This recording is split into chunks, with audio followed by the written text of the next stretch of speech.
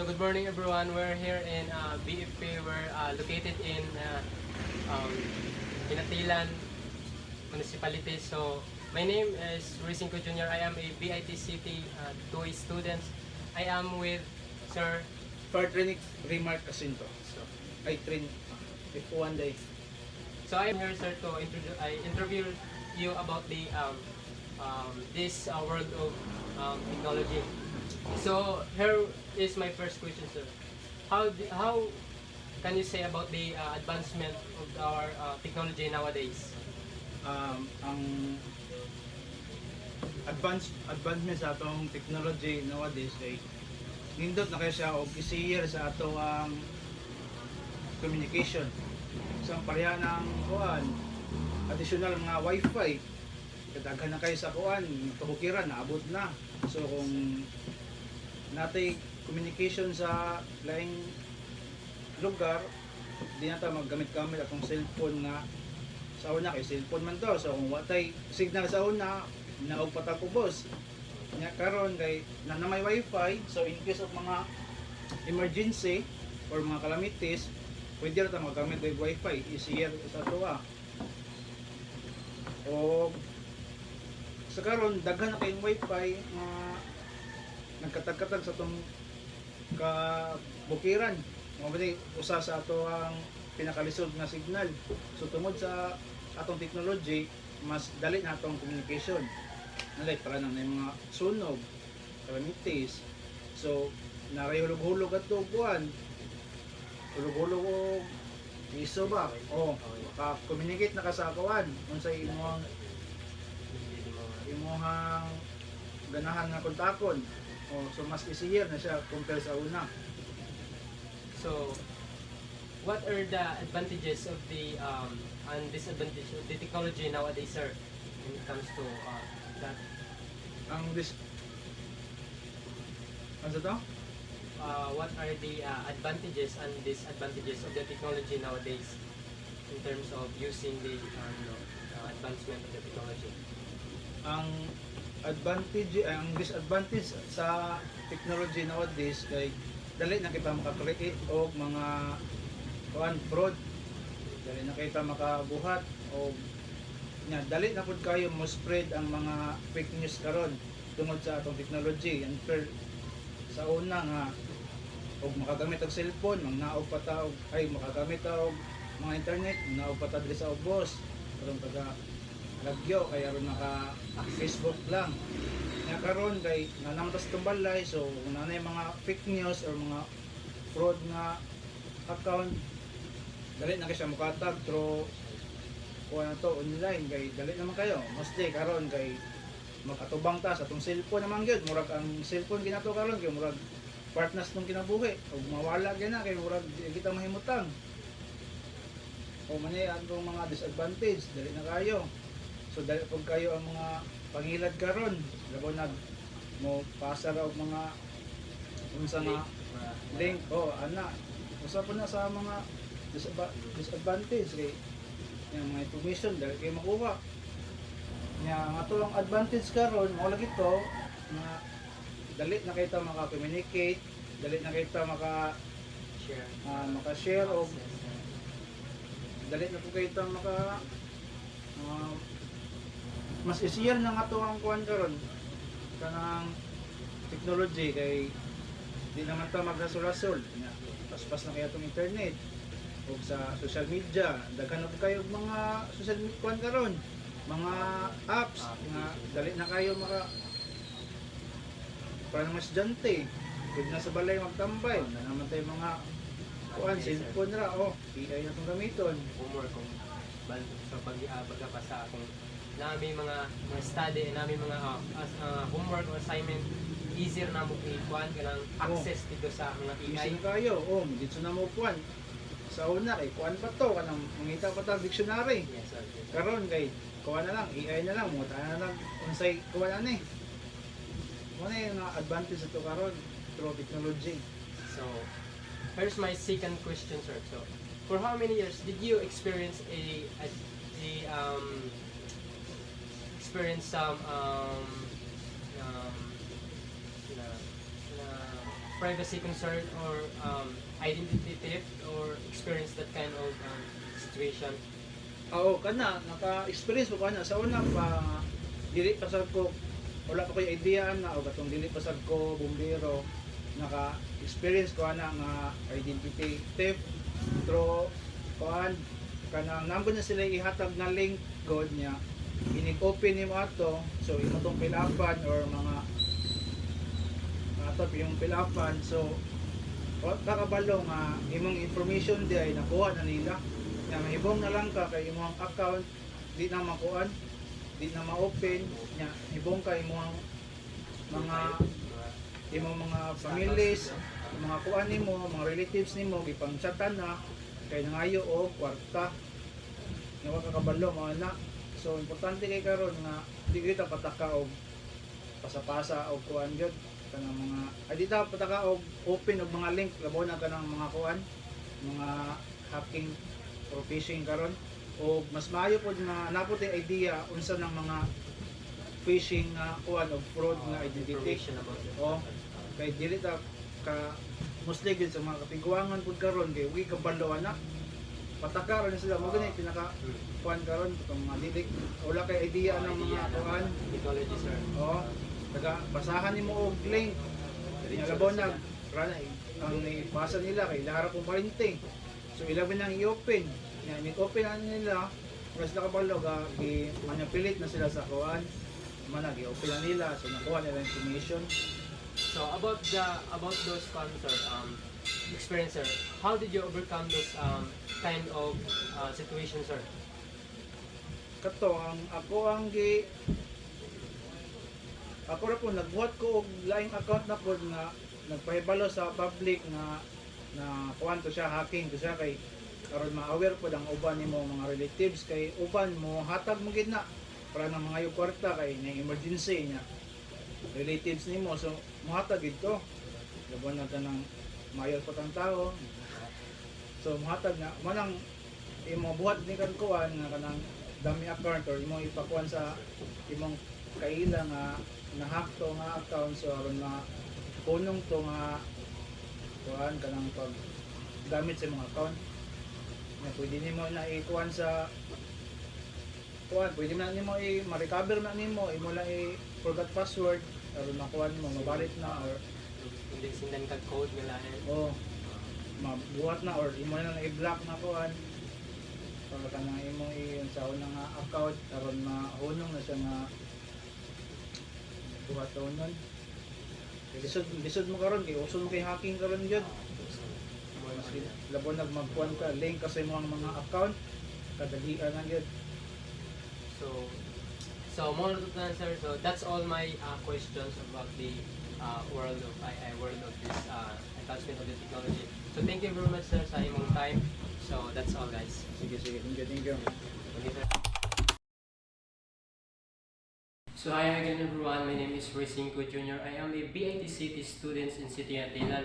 So right now I'm here with. Can you please state your name, sir? This is Jim dito about designated as this officer na tilang police station. So, sir, I have here a few questions about the importance of the technology nowadays. So, what can you say, sir, about the advancement of the technology nowadays? Advanced ang technology kay lunin na ka magdagpug up o daw mga tao pwede naman di na magkakailangan nga mato kuan di na kailangan mato mga lagyo ba para kuan para mo online mo palit na kas online mo bayad po kas online so una na ka batin sa una kaya ka mato tindahan sa live sa una ug karon kuan na layo na ang diferensya kay high-tech naman taron pwede na kang kuan kapalit na kami sa gahinda makabayad na kami sa gahinda ka through online. So, also, sir, what can you say about the, in your own opinion, what are the disadvantages of the technology nowadays? Kung disadvantage sa ng mga technology kung gamito na sa mga scammer wala sa mga kuan po himuan ka o kanang ipos imong ngalan nga wala ka gakuan na sa mga disadvantage. Using technology gamit mo daw kanang sa scam. Gamit nila mga binuang ba. Gamit mo mga scam. So, when we talk about scam, sir, so let's talk about the personal information or privacy concern.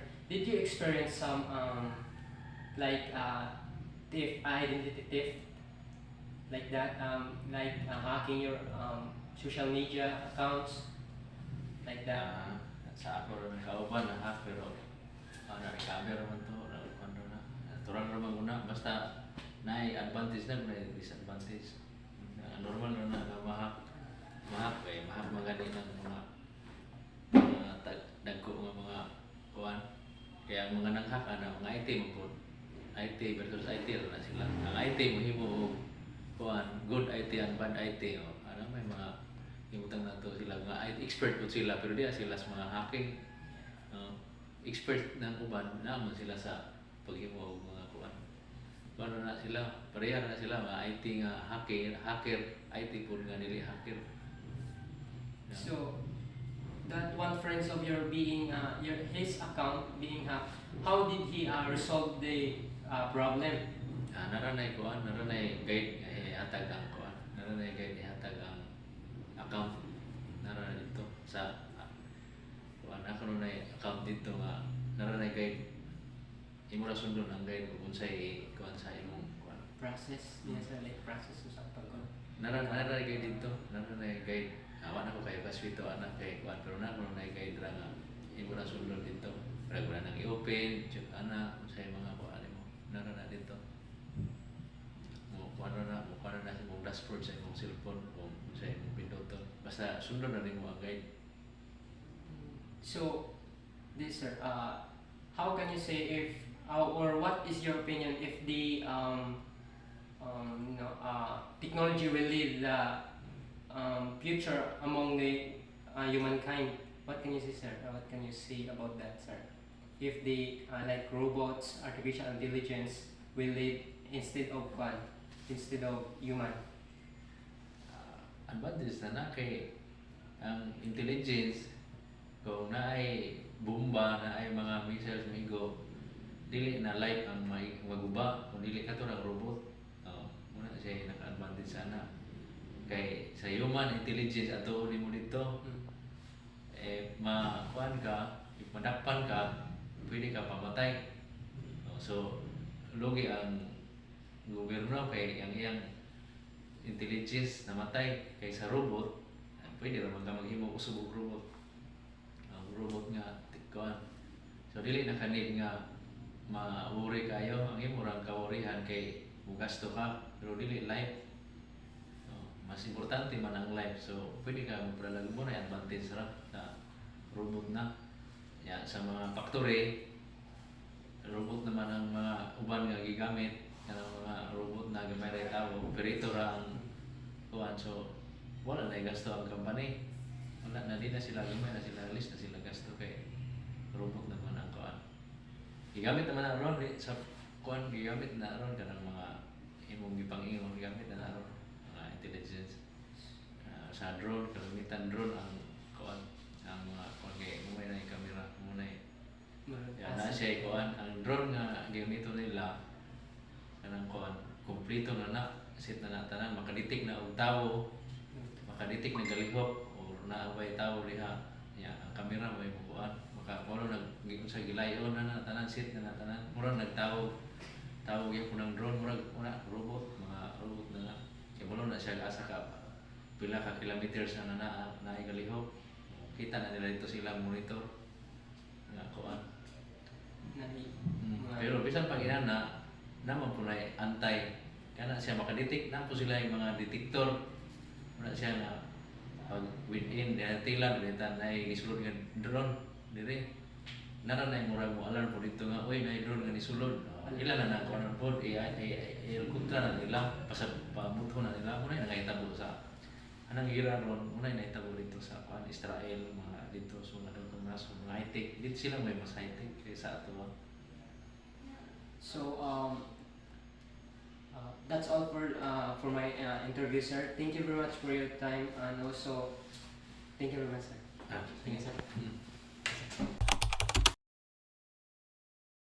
So, good morning again, everyone. So, this is my last interview about the world of IT, and also I'm here with Sir Stephen, please, sir. Good morning, everyone. My name is Verligan Fernandez. And also, can you state your position here, sir?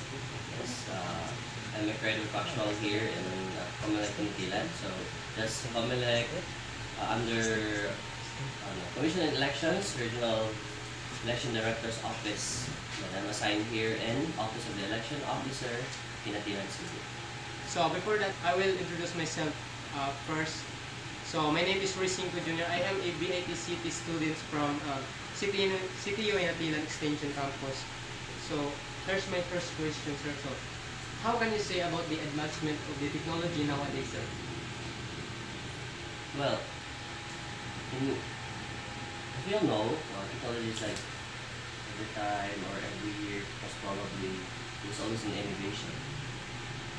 So, for example, very best example here in Commission on Election is our automated counting machines.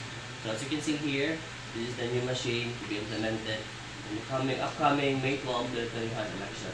So, that's one part or that's one big example that technology is innovating, especially the Commission here, so that we will have a better, much faster, and of course, efficient election. So that's this technology, of course. So not just here, but of course, other departments as well, or other aspects in our daily life. So technology is really advancing all the time. So, sir, can you state the advantages and disadvantages of the technologies nowadays, sir? So first, we have here the advantages. So of course, for advantage, when we focus or look on the social media part, or yes, so that's for faster communication as well. So you can access people whether they are outside our country, so it's very easy for us to connect with them. And then easy access of information, just like the evolution of AI. So we can access just a click, just a second, information is there. But the advantage is that people or students as well or other citizens are like depending on the information given without analyzing or without reading the information, of course. So it's like people are getting dependent on what the internet is giving. So more or less, it gives comfort, or shall we say, easy access, convenience, but more or less it makes people sometimes lazy and dependent to the information. So that's for me. So, as you mentioned earlier, sir, so how really important this technology in your work or job? Yes, it's very important because here in Comelec we use offline and online. So we have the term SQL. We use that because our server is offline. So that's for the voting registration system. So we use that so that it's to avoid, to prevent hacking. Because all the information in our server is very relevant. It contains all the information of the voters of the municipality of Inatilan. And it is connected, or it is directed to the server under the Commission on Election in Manila.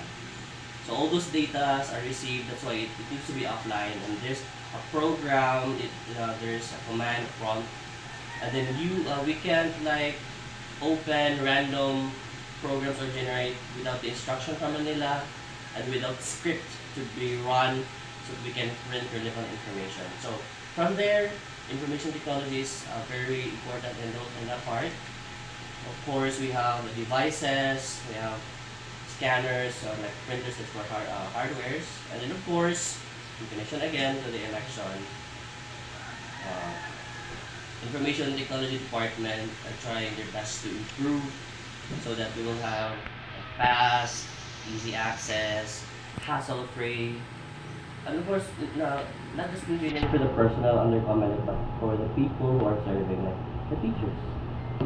They're very essential. So do you encounter any challenges, sir, like as you stated earlier that in transferring the it to the Manila and Manila, So far, within like months of working here, so we did encounter problems like a week ago, our computer we can't access the system because the CPU, I guess, or the HDMI was malfunction.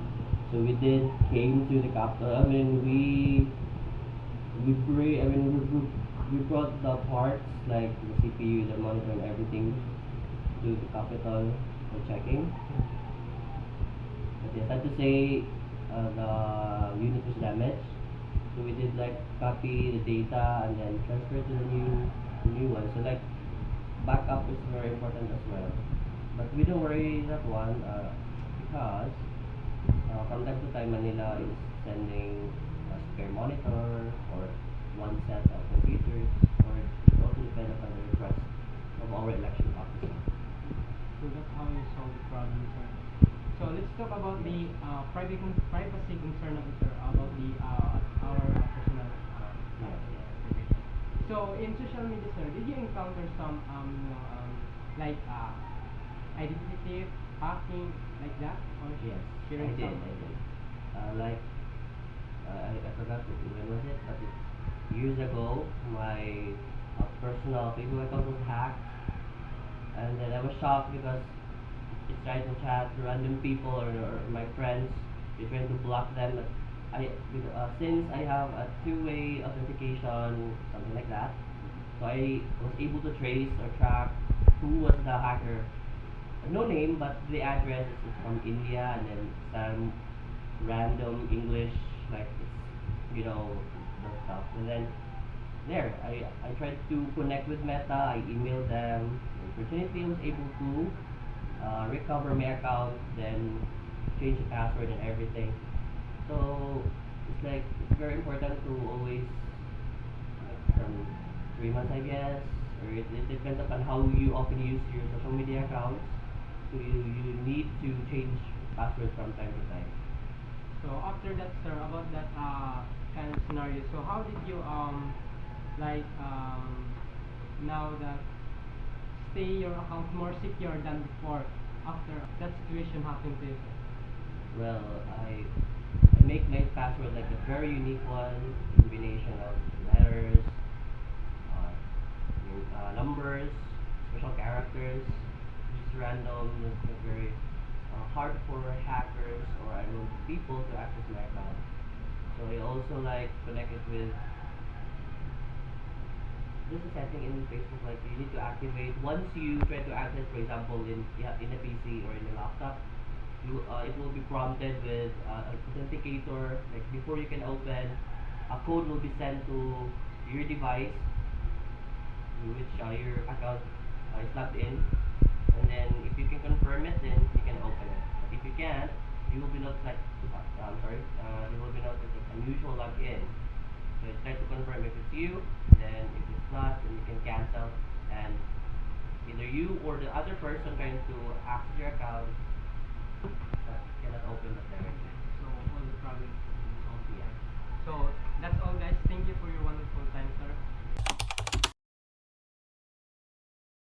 So hi everyone, this is my summary about the three professional people that I've interviewed recently.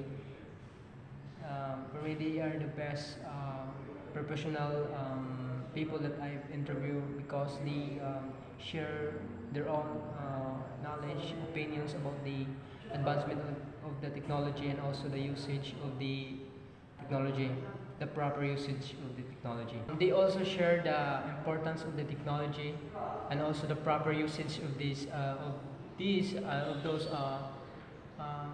those technology that we all already used been long time. They also share their own personal experiences about their privacy concern and how to manage your account being secured more properly, so you can, can't experience the identity or trying to steal your personal information and the on your social media account. They state that the advantages of the technology is that we can now access more faster than before. We all know that we can access uh, uh,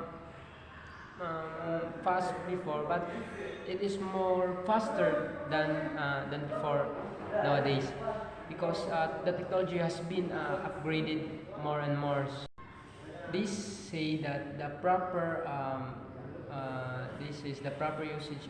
This is that the proper usage of the technology is the best way for you to learn and also adapt nowadays, because nowadays is the technology or the advancement of the technology is the most important, because they are grow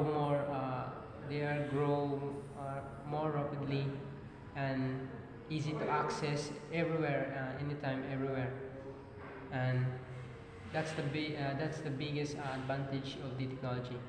And the disadvantages of the technology is that other people use these technologies in a bad way, which it can affect their personal status and um, the standard of the people, which can also lead a great danger. So that's all for my video and summary. So don't forget to like and subscribe to my channel. So thank you very much for watching my video. I hope you learned something new. So goodbye.